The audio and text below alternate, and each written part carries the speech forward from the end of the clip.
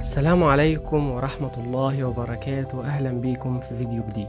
حلقة النهاردة هنتكلم عن ظاهرة غريبة جدا اسمها ظاهرة الرؤية المعصوبة أو blindfold vision.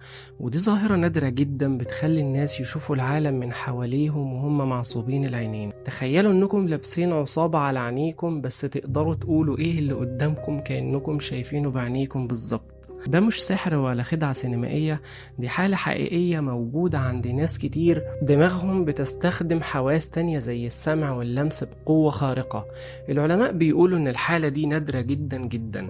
كمان بيقولوا ان الناس اللي عندهم القدرة دي بالشكل القوي جدا ده بيقدروا يعيدوا توجيه الحواس التانية في مخهم بحيث يستكشفوا العالم من حواليهم. في واحدة اسمها لورا سميث من كندا كانت بتقول إنها بعد ما اتدربت سنين على التركيز في الأصوات واللمس بقت تقدر تمشي في الشارع وهي معصوبة العينين، وتعرف كمان مكان الأشجار والعربيات من صوت الريح واهتزاز الأرض.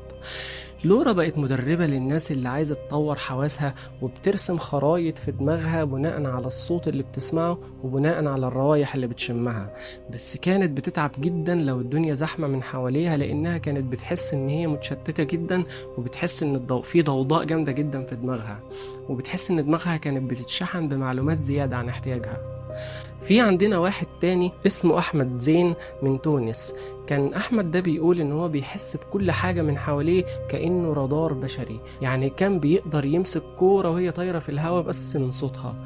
أحمد استغل القدرة دي وبقى يعمل عروض في المهرجانات، بس كان بيحس بالإرهاق الشديد لو استخدم القدرة دي لوقت كتير لأنها كانت بتسحب من طاقته بشكل ما. العلماء بيحاولوا يفهموا إزاي دماغ الناس دي بتشتغل، وبيقولوا إن القشرة البصرية بتتحفز من حواس تانية زي اللمس والسمع والشم.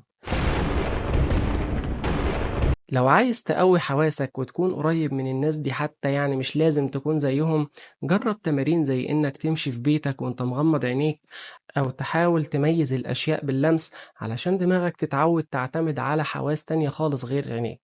لو شفت مسلسل دارديفل، ده مسلسل امريكي كده، مسلسل عبقري في عالم مارفل السينمائي. المسلسل ده برضه فيه نفس القصة. عندنا البطل رغم انه ما بيشوفش الا انه بيستخدم بقية حواسه ان هو يستكشف العالم من حواليه. وبكده تكون حلقتنا خلصت النهاردة عن البلايند فولد فيجن.